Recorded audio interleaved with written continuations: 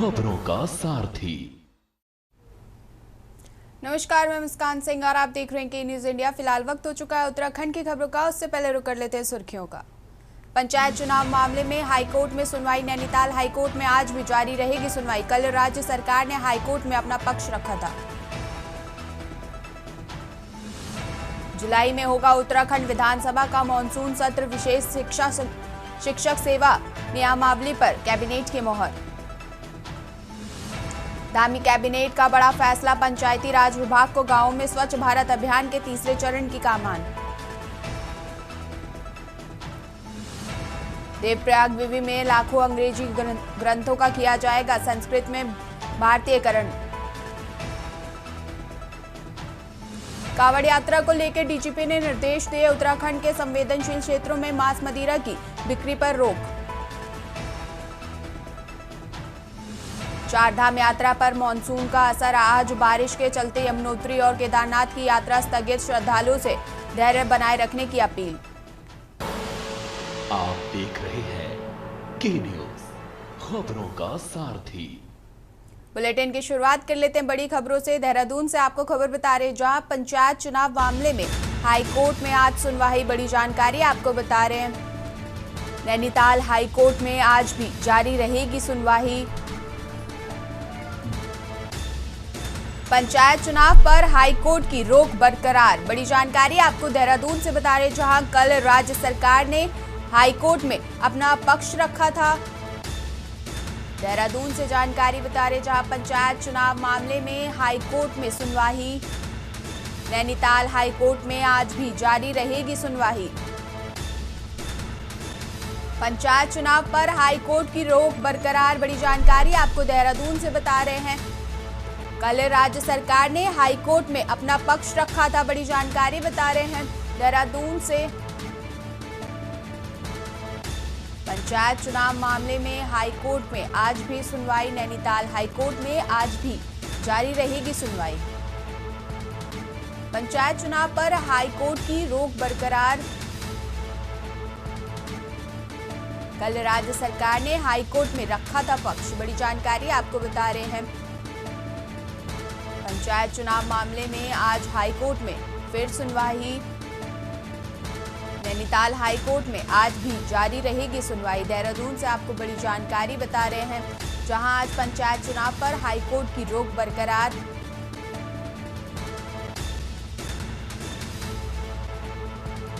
कल राज्य सरकार ने हाईकोर्ट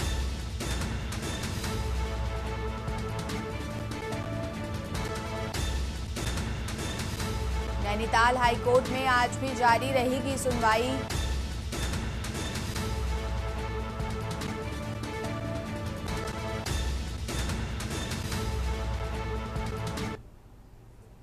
खबर आपको रामनगर से बता रहे हैं, जहां प्रदेश की खाद्य मंत्री रेखा आर्या ने रामनगर में स्थित आमडंडा में सरकारी खाद्य गोदाम का निरीक्षण किया। अधिकारियों को व्यवस्थाएं दुरुस्त करने के निर्देश दिए। कैबिनेट मंत्री रेखा आर्या ने कहा कि वर्तमान में बरसात के मौसम को ध्यान में रखते हुए सरकारी गोदाम में रखा चावल एवं गेहूं खराब न हो, उसकी व्यवस्थाओं को परखने के लिए यह निरीक्षण किया गया।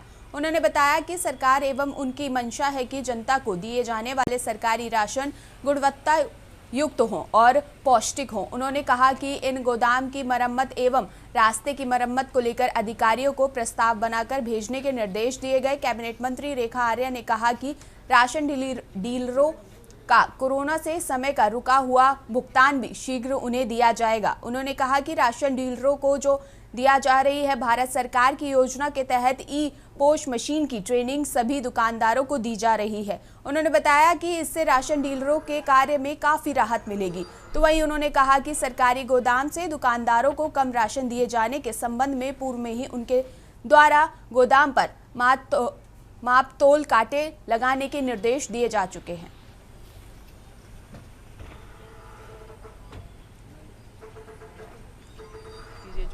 अभी की जानी है, जिसमें रेनोवेशन से लेकर यहाँ आगे रास्ते को ठीक करने से लेकर इन विषयों को रखा गया है। तो मैंने अधिकारियों से यही कहा है कि एक तो ये शासन स्तर पर प्रस्ताव को भेजने का काम कर लें, और दूसरा जो है जिला योजना के मद से भी हम लोग इस पर विचार कर सकते हैं। तो फिलहाल निरीक्षण के दौरान में सभी स्थितियाँ जो चाहे वो गेहूं के कट्टे हों, चाहे वो चावल के कट्टे हों, अभी तो दुरुस्त अवस्था में ही मैंने देखे हैं। और यहाँ पर एक और स्टोरेज खाद्यान्न भंडार बना है, जिसका इनॉग्रेशन पूर्व में हमने किया था, जो कि इस बात की आवश्यकता कि इधर टनकपुर इस तरफ भी जो है या गढ़वाल की तरफ भी इसकी सप्लाई हो सके, तो निरंतरता बनी हुई है।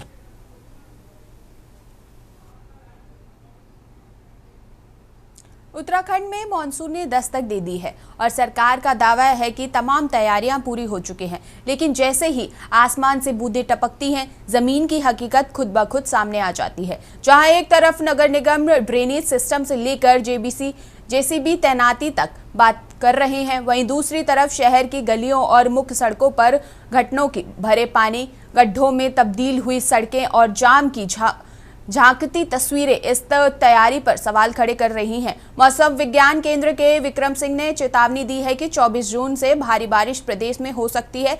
साथ ही अगले 5 दिनों में भारी बारिश के साथ मानसून गरजेगा, यानी खतरे की घंटी बज चुकी है। ऐसे में सवाल उठता है कि क्या नगर निगम और प्रशासन इस चुनौती के लिए वाकई तैयार है, या फिर हर साल की तरह इस बार भी बारिश के नाम पर बर्बादी का मौसम दस्तक देने वाला है। मानसून की पहली बारिश ने हाल ही में शुक्रवार देर रात उत्तरकाशी में मोरी में एक दंपत्ति सहित 2 बच्चों की जान ले ली। वहीं यमुनोत्री केदारनाथ में भी यात्रा के पैदल पड़ाव पर यात्रियों के ऊपर मलबा आने से मौत हो गई।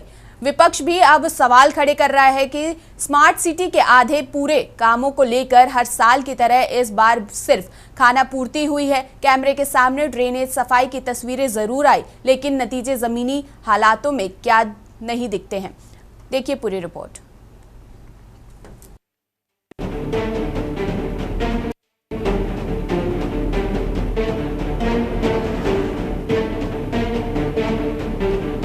मानसून की दस्तक देने से पहले ही देहरादून नगर निगम और प्रशासन ने दावा किया था कि इस बार लोगों को जल भराव का सामना नहीं करना पड़ेगा, क्योंकि शहर के सभी नदी नाले साफ कर दिए गए हैं। लेकिन हाल में हुई देहरादून में मूसलाधार बारिश से शहर जलमग्न हो गया। कहीं लोगों को सड़कों में गड्ढों की वजह से जल भराव का सामना करना पड़ा, तो कई जगह प्रदेश में सड़कें बंद होने की सूचना भी आई। ये हाल तब है जब मानसून ने अभी प्रदेश में पूरी तरह से दस्तक भी नहीं दी। वहीं चारधाम सहित अन्य प्रदेश के रूट को लेकर कई क्षेत्रों में कई स्थानों पर जल भराव होने से बाढ़ जैसी स्थिति का सामना करना पड़ता है। इन सब स्थितियों से निपटने के लिए उत्तराखंड आपदा प्रबंधन विभाग ने पहले से ही अपनी तमाम तैयारियां कर ली। 30 जून को कई जगहों पर बाढ़ के हालातों से निपटने के लिए मॉक ड्रिल की जाएगी। इसके अलावा पहाड़ी क्षेत्रों में लैंडस्लाइड जैसी घटनाओं के बाद बंद हुई सड़कों को जल्द से जल्द खोला जाए, इसको लेकर सभी अधिकारियों को निर्देश भी दिए गए हैं। वहीं मौसम भी बार बार सचेत कर रहा है। बिल्कुल, इसके लिए देखिए जो फोरकास्ट राउंड द क्लॉक हम लोग देते हैं, तो एक तो जैसे स्टेट के लिए जो बुलेटिन है उसमें क्या डिस्ट्रीब्यूशन रहने वाला है और क्या उसमें वार्निंग है, तो ये सब स्टेट गवर्नमेंट को शेयर किया जाता है आपदा प्रबंधन को। वो आगे उसको जो अपने डिस्ट्रिक्ट से या हम लोग भी डिस्ट्रिक्ट तक भी वो सब चीज़ें शेयर करते हैं, तो उनको पता रहता है कि हाँ क्या एक्टिविटी या किस तरह का बोला गया है, तो एक तैयारी अपने स्तर पर रखते हैं। दूसरा है कि जो नाव कास्ट है वो भी हम देते हैं हर 3-3 घंटे में। तो नाव कास्ट में अगर लग रहा है कि कहीं पे ज़्यादा एक्टिविटी होने वाली है या हो रही है, तो उसमें हम लोग जो SMS के थ्रू जो है एक कैप जो है जो किया गया है, कैप का मतलब आपका हो गया कि कॉमन अलर्ट प्रोटोकॉल, तो NDMA ने इसको डेवलप किया है।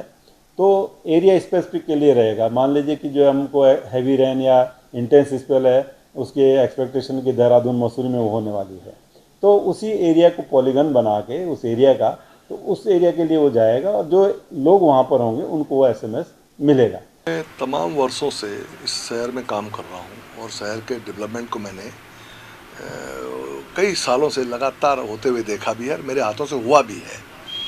लेकिन जो अनियोजित विकास यहाँ पर हुआ है, अनियंत्रित विकास हुआ है और बढ़ती हुई जो आबादी है वो एक बड़ा एक चुनौती बनी है हमारे लिए। और उसके कारण आज आप देख रहे हैं कि तमाम जगह सरकार प्रयास कर रही है कि हम ड्रेनेज सिस्टम ठीक करें, हम सीवरेज सिस्टम ठीक करें, हम पीने के पानी का सिस्टम ठीक करें, हम सड़कें ठीक करें, लेकिन उसके बावजूद ये सब प्रयास आधे अधूरे हो रहे हैं, अब कम पड़ रहे हैं। तो इसके लिए आवश्यक है कि एक बड़ी योजना आए और कम से कम जो डिपार्टमेंट जिसकी जो जिम्मेदारी है, अब जैसे MDDA है, अब तमाम कॉलोनाइजेशन पूरे क्षेत्र में हो रहा है। अब उस कॉलोनाइजेशन पे कौन अंकुश लगाएगा जो कि वहाँ पर बिना सैंक्शन के हो रहा है। लगातार हमारी 9 जेसीबी छोटी मशीनों की टीमें वो नदियों में नालों में काम कर रही है डेली, और जहाँ से कि लगभग 19,000 मीट्रिक टन जो है हमने सिल्ट है वहाँ पे और जो गाद है कीचड़ है उसको निकाल के हमने बाहर किया है। तो निश्चित तौर पर मुझे लगता है कि उससे इस बार सहायता ये मिलेगी कि जो पानी था वो लोगों के घरों में जाता था, इस बार वो नदियों से होते ही निकल जाएगा, क्योंकि जो उसको हमने गहरा थोड़ा सा कर दिया है। नालियों को भी हमने साफ सफाई पे लगातार हर क्षेत्र में ध्यान दिया है। नालियां प्रॉपर तरीके से साफ हो रही हैं, जिससे कि बरसात का जो जल है, अभी तक जल भराव की जैसे बहुत एक बड़ी विकट परिस्थिति थी सामने आती थी, उस प्रकार से कई जगहों पे नहीं आई है। तो हमारी कोशिश यही रहेगी कि हम जितना ज़्यादा से ज़्यादा हो सके जल भराव की समस्या को दूर कर सकें। मॉक ड्रिल करना एक बहुत अच्छी बात है। मॉक ड्रिल किसी चीज़ का जायजा लेने की एक अच्छी चीज़ है, लेकिन देहरादून से लेकर के पहाड़ों तक हम हर सड़कों पर ये देखा जा रहा है कि जो अच्छी खासी सड़कें बनी हुई थी विकास के नाम पर अन्य डिपार्टमेंटों के लापरवाही के कारण आज सड़कों में जानबूझकर गड्ढे होते जा रहे हैं। ऐसी स्थिति में जो मॉक ड्रिल है वो सिर्फ एक खाना पूर्ति रहेगी। और इस संबंध में उत्तराखंड क्रांति दल ने समय रहते गर्मियों से शुरू कहा था कि जहां गड्ढे हैं, जो रोड अभी बनने लायक हैं, इनको समय पर बनाया जाए ताकि बरसात में किसी भी प्रकार को आम जन लोगों को परेशानी ना हो। लेकिन हालांकि शासन प्रशासन का दावा है कि सब कुछ ठीक है, मगर भाजपा के विधायक व पूर्व मेयर का तो ये भी मानना है कि काम सरकार की ओर से सही हो रहा है, लेकिन अधिकारी काम नहीं कर रहे। अब आप ही बताएं, अगर सरकार के माननीय ही ऐसे बयान देंगे तो जनता को तो मानसून में परेशानी झेलनी ही पड़ेगी। वहीं विपक्ष ने जनता की परेशानियों को लेकर मानसून की दस्तक पर कमियों को सरकार और सिस्टम को घेरा है।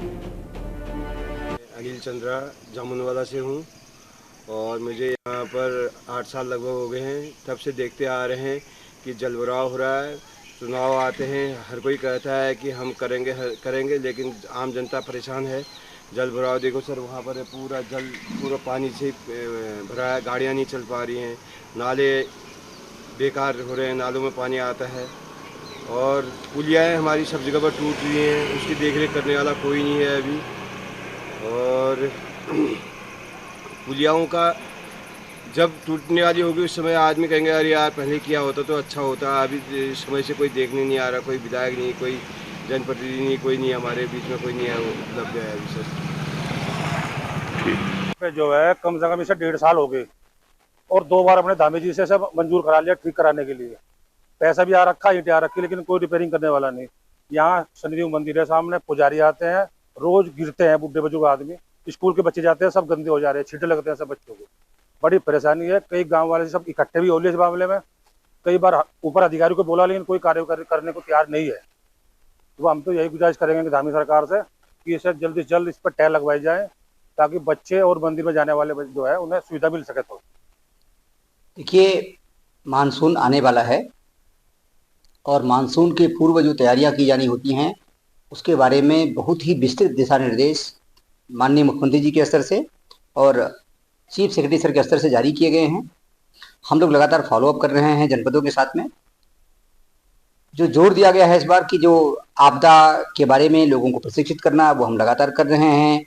जो उपकरण आपदा से डील करने के लिए हमारे पास होने चाहिए हैं, वो सारे उपकरण को रखरखाव करने के लिए, सबको सत्यापित करने के लिए, देखने के लिए एक बार लिस्ट बना के देख लें और सभी प्रकार के उपकरणों का लोगों को विधिवत चलाने का अभ्यास करा लें ताकि जब कभी आवश्यकता पड़े हम उपकरण का सदुपयोग कर सकें। अगर जनपद में किसी प्रकार से उपकरण खरीदने की आवश्यकता है तो उपकरण क्रय कर लें। इसी प्रकार से जहां जल भराव होता है, जल भराव के कारण की समीक्षा कर लें। जल भराव के जहां पे जिस कारणों से जल भराव होता है, कहीं नाली चौक है, कहीं नाली जाम है, कहीं रास्ता कहीं बाधित हो गया है, कोई अतिक्रमण हो गया है, उसको हटा दें ताकि पानी कहीं जमा न होने पावे। इसी प्रकार से जब बाढ़ आती है या जल भराव हो जाता है, अगर लोगों को शिफ्ट करना पड़ता है तो शिफ्ट करने के लिए पहले से तैयारी कर लें।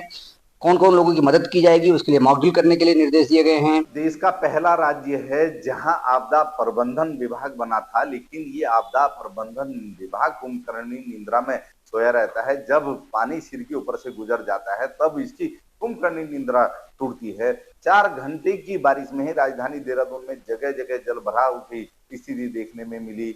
आप यमुनोत्री और बड़कोट मार्ग पर आपने देखा कि पिछले महीने जिस तरीके से भूस्खलन से यातायात बाधित हुआ था, लोगों को और श्रद्धालुओं को परेशानी का सामना करना पड़ा था, केदारनाथ घाटी में जो है अब तक 3 लोगों की मौत जो है भूस्खलन के कारण हो गई है।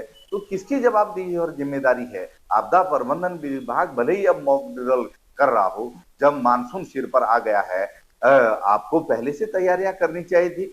सारी नालियां चौक हैं, नालियों तक की जो है सफाई राजधानी में नहीं हुई। पर्वतीय क्षेत्रों में जो संवेदनशील जोन है वहां पर प्रोटेक्शन के काम होने चाहिए थे, लेकिन अभी तक तो काम किए नहीं गए हैं।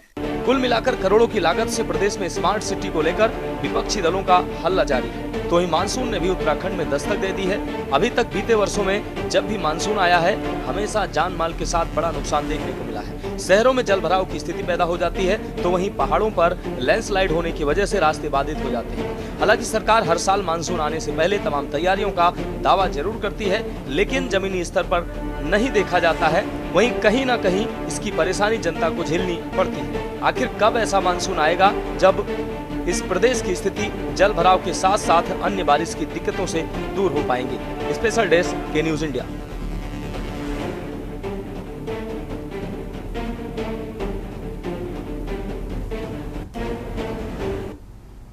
बुलेटिन में वक्त हो चुका है एक छोटे से ब्रेक का। मिलते हैं ब्रेक के बाद। ब्रेक के बाद आपका स्वागत है। खबर आपको बता रहे हैं, जहां देश के उपराष्ट्रपति जगदीप धनखड़ 3 दिवसीय उत्तराखंड भ्रमण पर हल्द्वानी पहुंचे। हल्द्वानी आर्मी हेलीपैड पर राज्यपाल लेफ्टिनेंट जनरल गुरमीत सिंह ने उनका स्वागत और अभिनंदन किया। इसके अलावा बतौर मुख्यमंत्री उत्तराखंड के प्रतिनिधि कैबिनेट मंत्री श्रीमती रेखा आर्या, सांसद अजय भट्ट, मेयर हल्द्वानी गजराज बिष्ट, उपाध्यक्ष वन एवं पर्यावरण सलाहकार समिति उत्तराखंड दीपक महारा व मुख्य सचिव के प्रतिनिधि आयुक्त कुमाऊं दीपक रावत, आईजी रिद्धम अग्रवाल, जिला अधिकारी वंदना, वरिष्ठ पुलिस अधीक्षक Prahlad Narayan Meena, colonel Jatin Dhillon, station commander Haldwani ने हल्द्वानी हेलीपैड पर उपराष्ट्रपति का स्वागत किया। उपराष्ट्रपति 3 दिवसीय दौरे पर नैनीताल हैं, जहां वह कुमाऊं विश्वविद्यालय की स्थापना दिवस के मौके पर कार्यक्रम में प्रतिभाग करेंगे। उपराष्ट्रपति की नैनीताल दौरे के लेकर देखते हुए सुरक्षा व्यवस्था के मद्देनजर हल्द्वानी सहित नैनीताल में भारी संख्या में पुलिस फोर्स तैनात किया गया।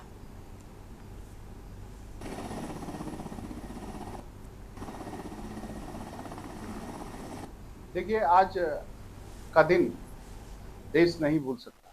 आज का दिन देश के नागरिक नहीं भूल सकते, क्योंकि आज के दिन 50 वर्ष पूर्व कांग्रेस की नेता और तत्कालीन प्रधानमंत्री इंदिरा गांधी ने जिस प्रकार से देश में आपातकाल लगाया था, चौथे स्तंभ से लेकर के विपक्ष के नेताओं का गला घोटने का काम, उनको जेल में ठूंसने का काम जिस प्रकार के कांग्रेस की सरकार ने किया, वो कांग्रेस आज संविधान बचाओ की बात करती है। कांग्रेस को आज का दिन याद करना चाहिए।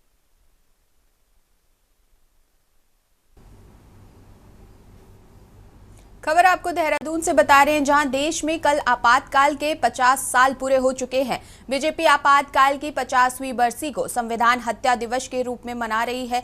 साथ ही भाजपा ने अलग अलग राज्यों में जिले और बूथ स्तर तक कार्यक्रम आयोजित किए हैं, जिसका मकसद लोकतंत्र के इस काले अध्याय की जानकारी देना है। भाजपा प्रदेश प्रवक्ता विपिन कैथौल ने कहा कि आज से 50 वर्ष पूर्व कांग्रेस की तत्कालीन प्रधानमंत्री इंदिरा गांधी ने देश में आपातकाल लगाया था और विपक्ष के नेताओं को जेल में डालने का काम जिस तरह कांग्रेस ने किया, वही आज संविधान बचाओ की बात करती है। उन्होंने कहा कि आज मुख्यमंत्री आवास में आपातकाल के सेनानियों सहित जिन्हें प्रताड़ित किया गया, उन्हें मुख्यमंत्री सम्मानित करेंगे।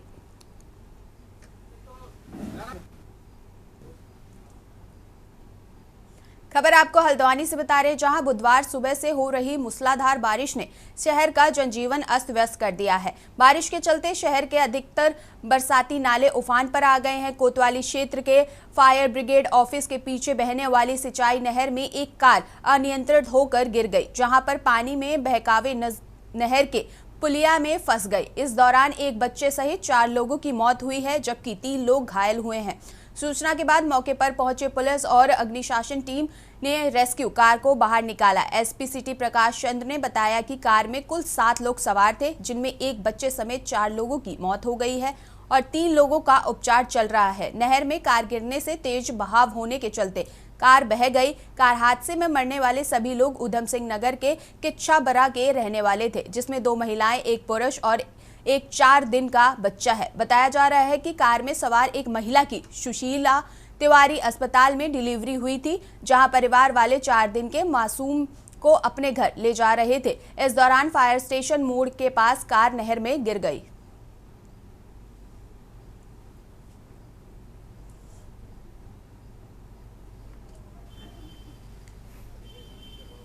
टीपी नगर क्षेत्र में एक नहर के किनारे एक कार गिरने की सूचना प्राप्त हुई थी।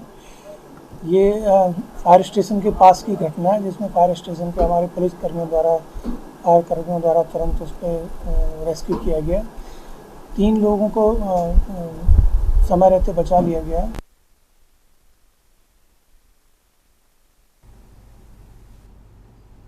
खबर आपको अल्मोड़ा से बताए, जहां मानसून की दस्तक के साथ ही नगर में जलभराव की चिंता फिर से सिर उठाने लगी है। प्रशासन द्वारा जलभराव से निजात दिलाने के लिए नगर क्षेत्र में 39 नालों के निर्माण का आदेश जारी किया गया था, जिसकी धनराशि भी स्वीकृत हो चुकी थी। बावजूद इसके नालों के निर्माण कार्य की रफ्तार बेहद धीमी है। सिंचाई विभाग की सुस्ती के चलते कई महत्वपूर्ण नालों का काम अभी शुरू तक नहीं हो पाया, जबकि कुछ नालों का कार्य बेहद कछुआ गति से चल रहा है। स्थानीय नागरिकों ने कई बार कार्य की धीमी गति और गुणवत्ता को लेकर नाराजगी जताई है। सिंचाई विभाग के अधिशासी अभियंता मोहन सिंह रावत ने बताया कि 39 नालों के निर्माण के लिए 7 करोड़ रुपए का बजट मिला था, जिसमें से 1.5 करोड़ रुपए जल संस्थान को पाइपलाइन शिफ्टिंग के लिए दिए गए थे।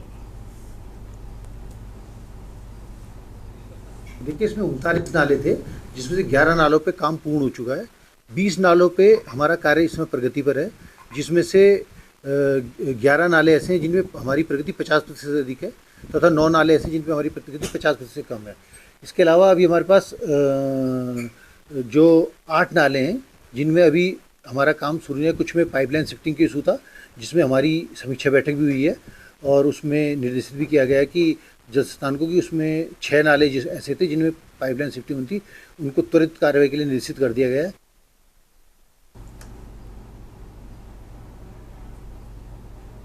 उत्तराखंड की खबरों में फिलहाल इतना ही। देखते रहिए के न्यूज़।